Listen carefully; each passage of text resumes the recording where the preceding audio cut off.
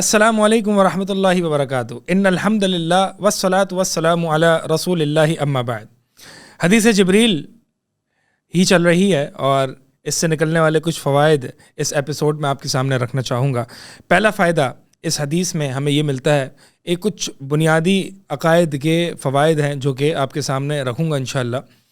پہلا فائدہ جو ہے وہ یہ ہے کہ ایمان اور اسلام، اس میں کیا فرق ہے، یہ دونوں الگ الگ اس حدیث میں کیوں ذکر ہوئے ہیں، کوئی آیا کہ اس میں کوئی آپس میں کوئی فرق ہے یا نہیں، ایمان میں کیا اعمال داخل ہیں یا نہیں. یہ بڑی اگرچہ لمبی عقائد کی مباحث ہیں لیکن آپ کے سامنے یہاں پہ اختصار کے ساتھ رکھنا چاہوں گا. پہلا جو اسلام اور ایمان کیا، اس حدیث جبریل سے ہمیں یہ پتہ چلتا ہے کہ ایمان جو ہے، ایمان اعمال قلب ہیں، یعنی دل کے اعمال کا نام ہے، جیسے کہ ایمان باللہ، ایمان بالرسل، ایمان بالملائکہ. چونکہ ایمان کا تعلق دل سے ہے، تصدیق سے ہے کہ ایمان کو یعنی ملائکہ کی تصدیق کرنا، اللہ تعالیٰ کی تصدیق کرنا. تو اس حدیث سے ہمیں یہ پتہ چل رہا ہے کہ ایمان جو ہے وہ اعمال قلوب ہیں اور اسلام جو ہے وہ اعضاء کے اعمال ہیں، یعنی ظاہر ایکشنز آف دا لمز، جو ظاہری اعضاء کے اعمال ہیں جیسے کہ نماز، روزہ، حج، زکوٰۃ وغیرہ. تو یہ ظاہری اعمال ہیں، اس حدیث سے یہ پتہ چل رہا ہے. لیکن کہیں قرآن میں اور احادیث میں یہ بھی ہمیں دیکھنے کو ملتا ہے کہ ایمان میں ایسے اعمال ظاہرہ یعنی اعضاء کے اعمال بھی داخل ہیں. یعنی ایمان کا اطلاق ظاہری اعمال پہ بھی ہوا ہے اور جو اسلام کا اطلاق وہ ایمان باللہ اور ایمان بالملائکہ اور اعمال قلوب پر بھی ہوا ہے. تو یہ ان اصطلاحات میں سے ہے کہ جیسے عربی میں یہ کہتے ہیں کہ اذا اجتمع افترقا و اذا افترقا اجتمع، کہ جب ایسی دو اصطلاحات جب ایک ہی سینٹنس میں ایک جگہ آ جائیں تو پھر اس کا الگ الگ معنی لیا جاتا ہے، اور جب یہ الگ الگ جگہ آئیں یعنی ایک ہی سینٹنس میں ایک ہی جگہ آ رہی ہے، ایک ہی سینٹنس میں ایک ہی لفظ آ رہا ہے تو پھر دونوں معنی اس میں شامل ہے. یعنی جب اسلام ایک سینٹنس میں صرف اسلام ہی ذکر کیا گیا ہے، یہ ایک پورا ٹاپک ہے اس میں صرف اسلام ہی ذکر کیا گیا ہے، تو وہاں پہ مراد ایمان بھی ہے اور اسلام بھی، یعنی اعمال باطنہ اور اعمال ظاہرہ دونوں مراد ہیں.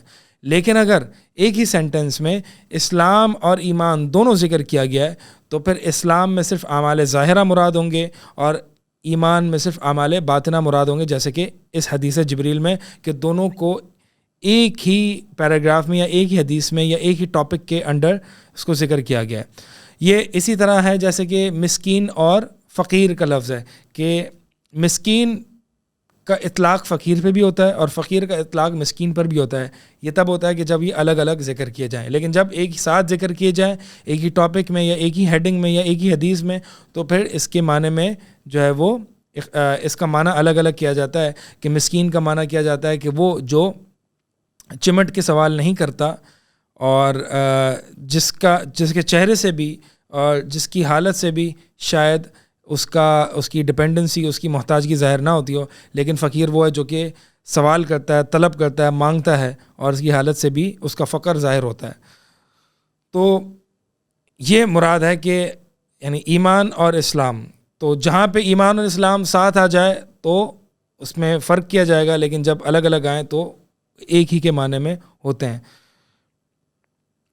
جیسے کہ سورہ انفال کی جو آیات ہیں کہ انما المؤمنون الذین اذا ذکر اللہ وجلت قلوبہم واذا تلیت علیہم آیاتہ زادتہم ایمانا، کہ مومنین تو وہ ہیں کہ جب اللہ کا ذکر کیا جائے تو ان کے دل کانپ اٹھتے ہیں، اور جب اللہ کی آیات پڑھی جائیں ان کے سامنے تو ان کا ایمان بڑھ جاتا ہے.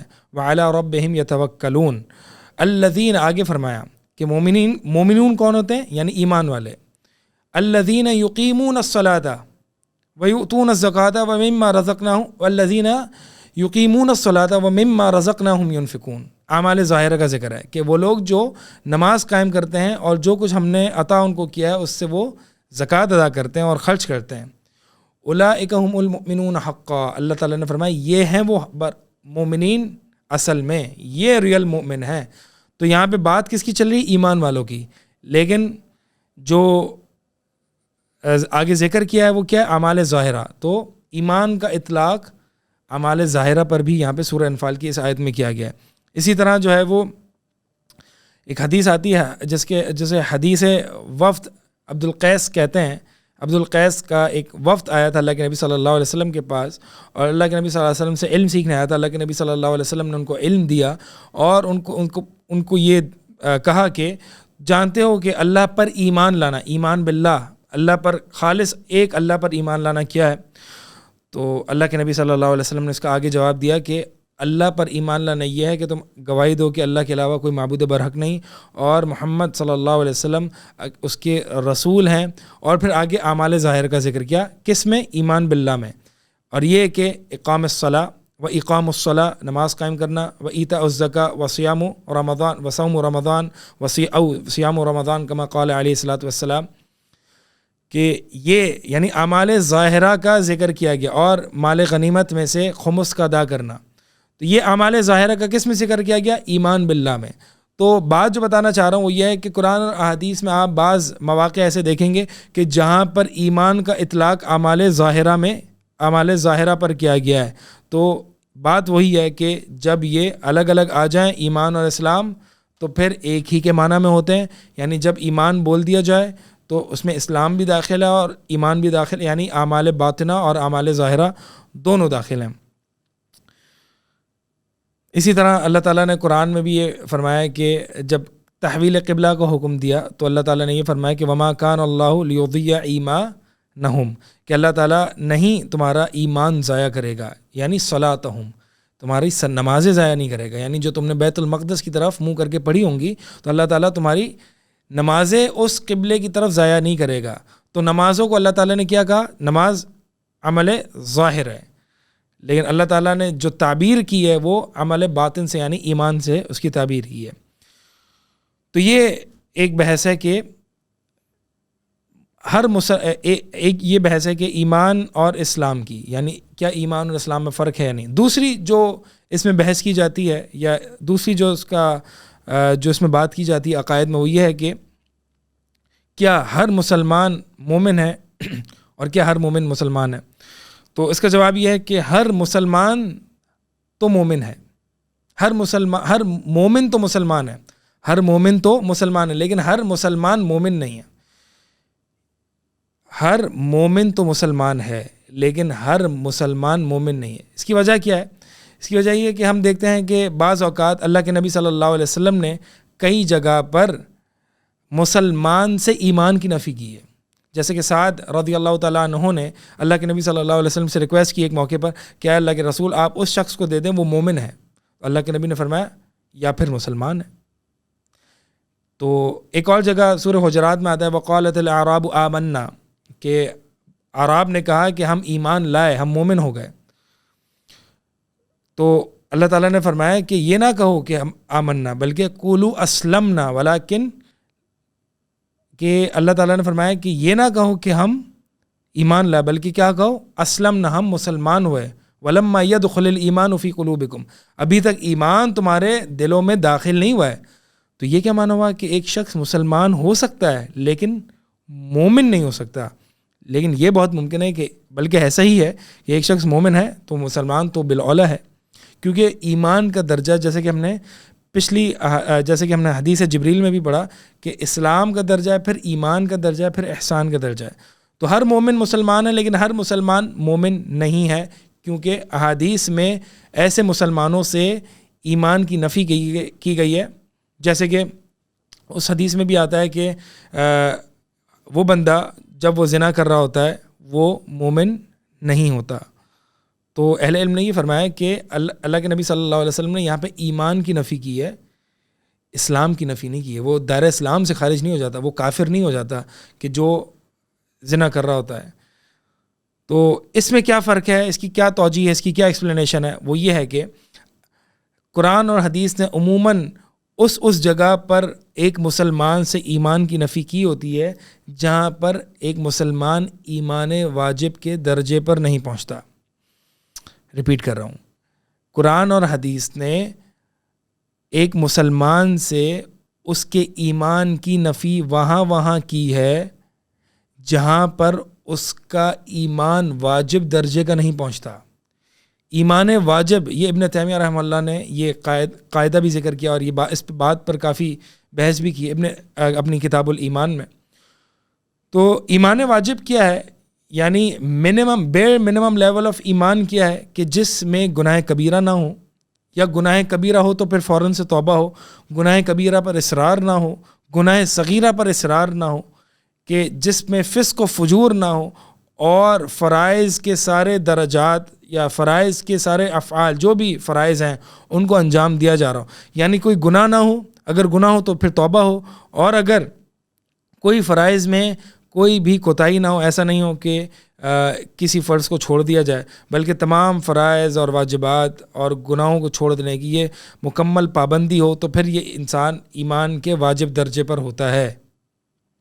تو لہٰذا ایمان، اسی آپ دیکھتے ہیں ابن تیمیہ رحمہ اللہ فرماتے ہیں کہ اللہ کے نبی صلی اللہ علیہ وسلم نے اکثر جگہ جہاں پہ ایمان کی نفی کی ہے، اور جہاں پہ یہ کہا ہے کہ یہ ہم میں سے نہیں، یعنی ہم مومنوں میں سے نہیں، یا لا یؤمن احدکم، اس طرح کے الفاظ جو آتے ہیں کہ تم میں سے کوئی ایمان نہیں لاتا. اب دیکھیں اللہ کے نبی صلی اللہ علیہ وسلم نے وہاں ایمان کی نفی کی، اسلام کی نفی نہیں کی. مثال کے طور پر کہ وہ مومن نہیں ہو سکتا جب تک کہ وہ دھوکہ دے رہا ہے انسان کو. اس طرح کی احادیث بھی آتی ہیں کہ جو اپنے بھائی کو دھوکہ دیتا ہے وہ مومن نہیں، وہ ہم میں سے نہیں، وہ ہم میں سے نہیں جو دھوکہ دیتا ہے. تو ہم میں سے نہیں یعنی ایمان واجب کی نفی ہے. ایمان واجب کی نفی سے اسلام کی نفی لازم نہیں آتی.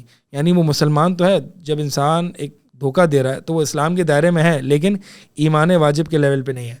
تو لہٰذا خلاصہ اس بات کا یہ ہے کہ جو ہماری بات چل رہی تھی وہ یہ ہے کہ قرآن اور حدیث نے کئی مسلمانوں سے ایمان کی نفی کی ہے. تو اس کا کیا مطلب ہے کہ ایمان اور اسلام کوئی الگ الگ چیز ہے، کہ یا پھر ایک مسلمان کیا مومن نہیں ہوتا؟ تو میں نے یہی بتایا کہ بہت ممکن ہے کہ ایک مسلمان مومن نہ ہو، لیکن ایسا ضرور ہے کہ ہر مومن مسلمان ہوتا ہے. اور اس کی وجہ میں نے بتا دی، اور وہ یہ ہے کہ ایک مسلمان سے ایمان کی نفی کی جاتی ہے جب وہ ایمان کے واجب درجے پر نہیں پہنچتا. ایمان کا واجب درجہ کیا ہے وہ بھی میں نے آپ کے سامنے ذکر کر دی. اگلی بات یہ ہے کہ کیا اعمال ایمان میں داخل ہیں یا نہیں؟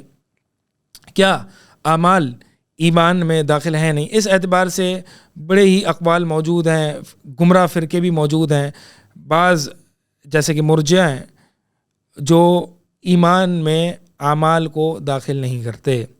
تو ایسا نہیں ہے، بلکہ اہل سنہ کا متفق علیہ عقیدہ ہے کہ اعمال جو ہیں وہ ایمان میں داخل ہیں. اعمال جو ہے وہ ایمان میں داخل ہیں.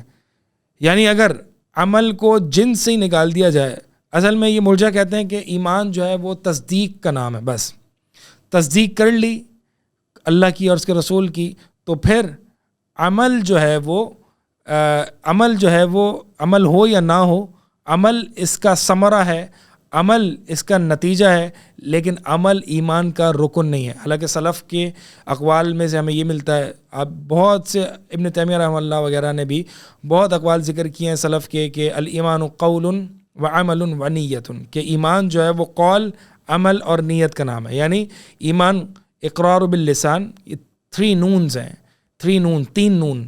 اقرار باللسان، زبان سے اقرار کرنا، لسان کا نون. تصدیق بالجنان، جنان یعنی دل سے تصدیق کرنا، یہ دوسرا نون ہے، جنان. تیسرا جو ہے وہ العمل بالارکان، ارکان یعنی اعضاء کے ذریعے سے عمل کرنا. تو یہ ارکان یعنی یہ جو نون ہے آخری میں ارکان کا، یہ تیسرا نون ہے. ارکان، جنان، لسان. تو یہ تینوں عمل ایمان کے ارکان ہیں، ایمان کا حصہ ہے. اگر اس میں سے آپ نے عمل کو نکال دیا تو ایمان ختم ہو جائے گا. اگر اس میں سے آپ نے تصدیق کو نکال دیا، دل سے یقین یا تصدیق کو نکال دیا تو ایمان ختم ہو جائے گا. اسی طرح اقرار باللسان اس کو نکال دیا تو ایمان ختم ہو جائے گا. انہی بنیادوں پر ایمان کھڑا ہے. یہی سلف صالحین کا عقیدہ ہے، اور صحابہ رضی اللہ تعالیٰ عنہم اجمعین کا عقیدہ ہے ایمان سے متعلق، کہ ایمان میں عمل داخل ہے. اب جب ایمان میں عمل داخل ہے تو لہٰذا زیادہ عمل کریں گے تو ایمان بڑھے گا، اور اگر عمل میں کوتاہی ہوگی تو ایمان کم ہوگا. تو اسی لیے اہل سنہ کا اسی عقیدے سے نکلتا ہے کہ ایمان میں کمی اور زیادتی ہوتی ہے. جیسے کہ ہم نے سورہ انفال کی آیت بھی پڑھی، اس سے بھی ہمیں یہ پتہ چل رہا ہے کہ وَإِذَا تُلِيَتْ عَلَيْهِمْ آيَاتُهُ زَادَتْهُمْ ایمانا، کہ جب ان پر اللہ کی آیات پڑھی جاتی تو ایمان زیادہ ہو جاتا. اب ظاہر سی بات ہے ایمان زیادہ کیسے ہو جاتا؟ یہ تبھی ممکن ہے کہ جب ایمان میں آپ عمل داخل کریں گے. جب ایمان میں آپ عمل داخل نہیں کریں گے تو پھر ایمان میں کمی اور زیادتی کیسے ہو سکتی ہے؟ کیونکہ تصدیق آپ نے اللہ کو مان لیا تو پھر اس میں عمل ایمان میں کمی اور زیادتی تبھی ہوگی جب ایمان میں اگرچہ تصدیق میں بھی کمی اور زیادتی ممکن ہے. یعنی اللہ کے رسول صلی اللہ علیہ وسلم جس طریقے سے اللہ کی تصدیق کرتے تھے ظاہر سی بات ہے ہم اس طریقے سے تصدیق نہیں کرتے. اگرچہ یہ مرجئہ کہتے ہیں کہ ہماری تصدیق اور جبریل امین کی تصدیق یعنی ہمارا ایمان اور جبریل امین کا ایمان ایک ہی ہے. بہرحال اس میں بڑی تفصیل ہے. تو اختصار کے ساتھ یہ ہے کہ اہل سنہ کا متفقہ علیہ عقیدہ ہے کہ ایمان قول عمل اور نیت کا نام ہے. اور اسی طرح جو ہے وہ اس باب میں یعنی ایمان کے ارکان میں ایک ایمان بالقدر بھی ہے. ایک فائدہ یعنی ایک عقیدے کی بڑی بحث جو ہے وہ تقدیر پر ایمان بھی ہے کہ تقدیر پر ایمان کیسے لایا جائے. میں نے حدیث کا ترجمہ کرتے ہوئے اور اس کی شرح کرتے ہوئے اس کے ضمن میں ہی تقدیر کے 4 مراتب آپ کے سامنے ذکر کیے تھے. اور وہ کیا ہے؟ علم سابق، اللہ تعالیٰ کو تمام چیزوں کا علم تھا. اور پھر کتابت، اللہ تعالیٰ نے 50,000 سال پہلے آسمان و دنیا کی تخلیق سے پہلے کتابت لکھ دی تھی اس علم کی بنیاد پر کہ کیا کچھ ہوگا. اسی طرح مشیت، اللہ تعالیٰ کا ارادہ، اور پھر تخلیق، اللہ تعالیٰ کا پیدا کرنا. یہ 4 مراتب تقدیر ہیں. یہ اہل سنہ کا عقیدہ ہے تقدیر کے متعلق. اب تقدیر کے باب میں بھی بہت کچھ کہا گیا. بہت سے فرقے گمراہ کن اپنے افکار پھیلاتے رہے اور بہت سے لوگ تقدیر کے باب میں بھی گمراہ ہوتے رہے. اختصار کے ساتھ یہاں پہ بھی آپ کے سامنے تقدیر سے متعلق جو کچھ گروہ ہمارے سامنے گزرے ہیں، بلکہ مشرکین مکہ ان کا بھی تقدیر کے بارے میں انحراف موجود ہے. قرآن نے ذکر کیا ہے کہ مشرکین مکہ کہتے تھے لو شاء اللہ ما اشرکنا ولا آباؤنا، کہ اللہ تعالیٰ چاہتا تو ہم نہ شرک کرتے نہ ہمارے آباء و اجداد شرک کرتے. یعنی اس اعتبار سے وہ یہ دلیل بنا رہے تھے چونکہ اللہ کی تقدیر میں ہمارا شرک کرنا لکھا ہے اس لیے ہم صحیح ہیں، اس لیے ہم سے اللہ تعالیٰ راضی بھی ہے. یعنی ان کے مشرکین مکہ کے نزدیک یہ گمراہی تھی کہ اللہ تعالیٰ نے جو تقدیر میں لکھ دیا ہے وہ اس سے محبت بھی کرتا ہے. حالانکہ ایسا نہیں ہے، میں انشاءاللہ اس پہ آگے بات کروں گا. تو مشرکین مکہ جو ہے وہ یہ کہتے تھے کہ اور کئی جگہ تو وہ اپنی فحاشی اور اپنے گناہوں کو دلیل بناتے تھے، یعنی تقدیر کو دلیل بناتے تھے اپنی فحاشی پر. ایک قسم کے وہ جبریہ تھے اور وہ یہ کہتے تھے کہ ہمارا کیا قصور ہے، اللہ ہی ہم سے یہ سارے کام کرا رہا ہے، نعوذ باللہ. تو بہرحال یہ مشرکین مکہ پہلے تقدیر کے متعلق جو ہے وہ گمراہ تھے. پھر اس کے بعد جو ہے وہ صحابہ کے دور میں ہی، جیسے کہ میں نے آپ کو پہلے بھی بتایا تھا کہ حدیث جبریل کو عبداللہ بن عمر رضی اللہ تعالیٰ عنہ کا ذکر کرنے کا مقصد قدریہ ایک فرقہ ہے اس پر رد تھا. اور قدریہ وہ لوگ ہوتے ہیں، وہ فرقہ ہے کہ جنہوں نے تقدیر کا انکار کیا. ایک ہیں ایکسٹریم غلاۃ و قدریہ، غلاۃ قسم کے ایکسٹریم قسم کے قدریہ جو کہ اللہ کے علم سابق کا بھی انکار کرتے ہیں. یعنی وہ یہ کہتے ہیں کہ اللہ کو علم سرے سے تھا ہی نہیں، بندہ جب کوئی چیز کرتا ہے تو اللہ کو علم ہوتا ہے. یہ تو ایکسٹریم قسم کے قدریت ہے. پھر اس کے بعد اس سے اگرچہ ہے گمراہ یہ بھی، لیکن اس سے کم درجے کے جو ہے وہ قدریہ آئے. اس سے کم درجے کے جو ہیں وہ قدریہ ہیں کہ وہ کہتے تھے کہ یعنی وہ اللہ کے علم سابق کو تو ایمان لاتے تھے، اللہ کے علم سابق پر ایمان لاتے تھے، لیکن وہ یہ کہتے تھے کہ اللہ تعالیٰ نے یہ تخلیق نہیں کیا بلکہ انسان اپنے افعال کا خود ہی خالق ہے. انسان اپنے افعال کا خود ہی خالق ہے، اللہ تعالیٰ نے انسانوں کے افعال جو ہے وہ پیدا نہیں کیے. تو اگرچہ یہ غلاۃ قدریہ یعنی ایکسٹریم قدریہ سے اگرچہ یہ کم لیول کے تھے، لیکن یہ انسانوں کے افعال کے تخلیق کے قائل نہیں تھے. یعنی اللہ کے علم سابق کو مانتے تھے لیکن اللہ کی تخلیق کو جو کہ چوتھا مرتبہ ہے وہ نہیں مانتے تھے. ابن تیمیہ رحمہ اللہ اکثر اپنی کتابوں میں یہ ذکر کرتے ہیں کہ سب سے پہلا شخص جس نے تقدیر کا انکار کیا اور تقدیر کے باب میں کلام کیا وہ معبد الجہنی ہے، جو کہ معبد الجہنی یہ ان سے جو ہے یہ انہوں نے جو ہے وہ کسی ایک نصرانی سے علم لیا تھا، اور نصرانی جو ہے وہ مسلمان ہوا تھا، اسلام لایا تھا، پھر واپس سے وہ کرسچن ہو گیا تھا. تو معبد الجہنی جو ہے وہ اس نے اس سے علم لیا تھا. اور پھر غیلان دمشقی جو ہے اس نے معبد سے علم لیا تھا. تو پہلا شخص جس نے تقدیر کے متعلق انکار کیا اور کلام کیا وہ معبد الجہنی تھا. اور پھر لیکن اس کی بات، اس کا عقیدہ اتنا زیادہ مشہور نہیں ہوا. عقیدہ جس شخص کا مشہور ہوا وہ عمرو بن عبید تھا جو کہ معتزلہ تھا. اور یہ جو ہے وہ حسن بصری رحمہ اللہ کی مجلس سے جس نے اعتزال کیا تھا وہ الگ ہوا تھا. بہرحال اس کی یعنی یہ معتزلہ میں سے تھا اور اس کا جو عقیدہ تھا وہ یعنی معتزلہ کا جو عقیدہ ہوتا ہے وہ قدریہ والا ہوتا ہے.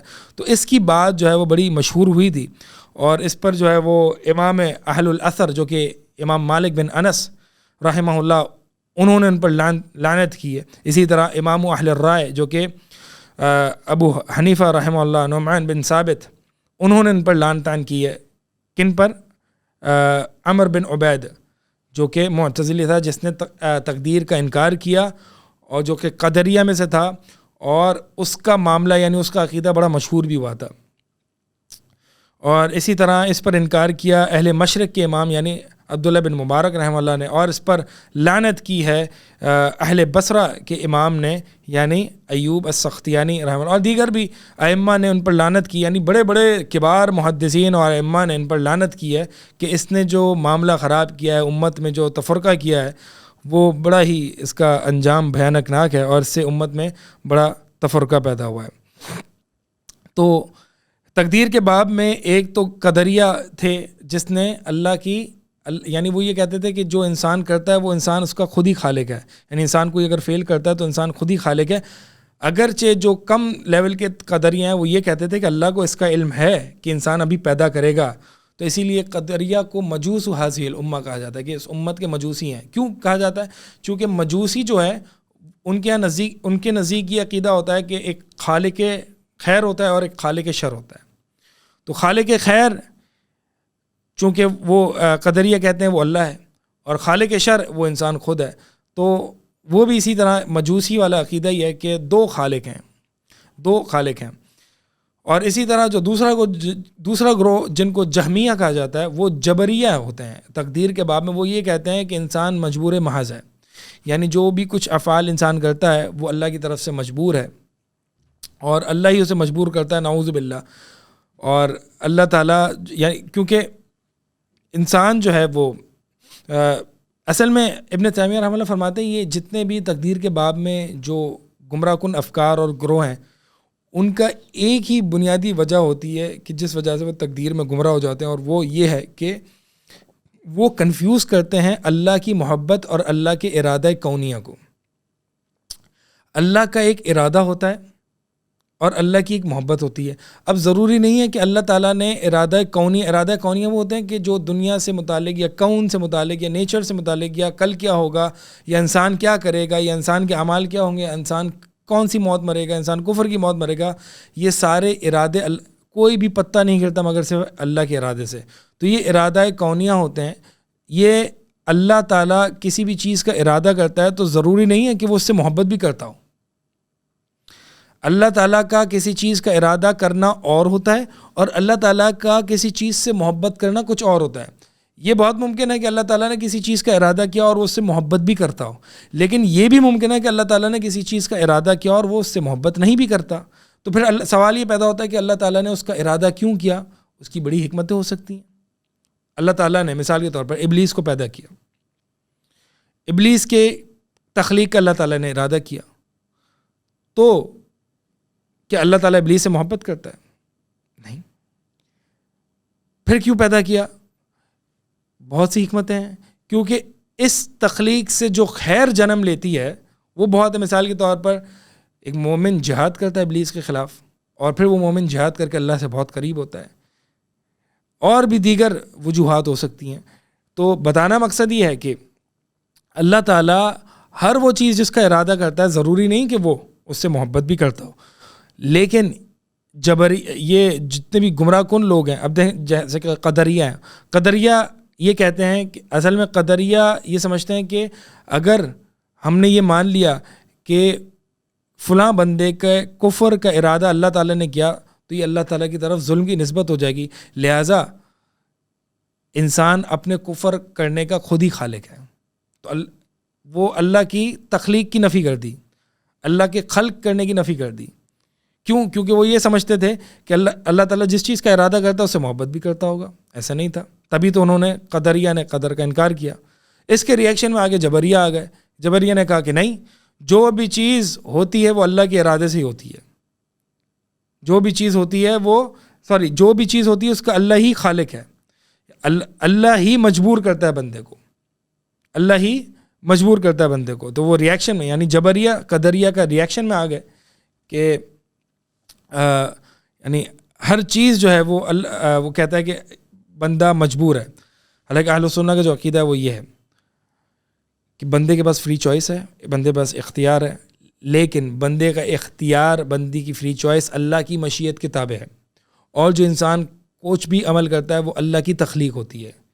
انسان وہ جو بھی عمل کرتا ہے اس کے پاس فری چوائس ہے, اپنے لیے ہی کرتا ہے اور خود سے کرتا ہے, اس کے پاس اس کی فری چوائس ہوتی ہے, لیکن وہ بہرحال اللہ کی مشیت کے تابع ہی ہوتا ہے. یہ اہل سنہ کا تقدیر کے متعلق عقیدہ ہے کہ جو کچھ ہوتا ہے, جو کچھ اس کائنات میں ہوتا ہے, بندہ جو بھی کرتا ہے اللہ ہی اس کا خالق ہے, اللہ ہی کے ارادے کے تحت ہے. اللہ کو اس کا علم بھی اللہ تعالیٰ نے اس کو لکھ بھی دیا ہے لوح محفوظ میں. اور بندے کے پاس بھی ساتھ بندے کے پاس بھی فری چوائس ہے, بندے کے پاس بھی اختیار ہے. اگر بندہ کوئی گناہ کرتا ہے یا کفر کرتا ہے تو اس کا بلیم ورتھی وہی ہے, اسی کو وہی ظالم ہے, اللہ ظالم نہیں ہے. بہرحال تقدیر اللہ تعالیٰ کا راز ہے اور اس میں بہت زیادہ غور و خوض کرنے سے گمراہیاں پھیلتی ہیں. لہٰذا اگر کسی شخص کی عقل میں نہیں آتا تو بس یہ بنیادی طور پر باتیں یاد رکھ لے کہ ہمارے پاس فری چوائس ہے, اللہ تعالیٰ ظالم نہیں ہے اور اللہ تعالیٰ عدل کرنے والا ہے. اللہ تعالیٰ نے ہمیں فری چوائس دی. اگر ہم کوئی بھی غلط کام کرتے ہیں اس کے ذمہ دار ہم خود ہیں.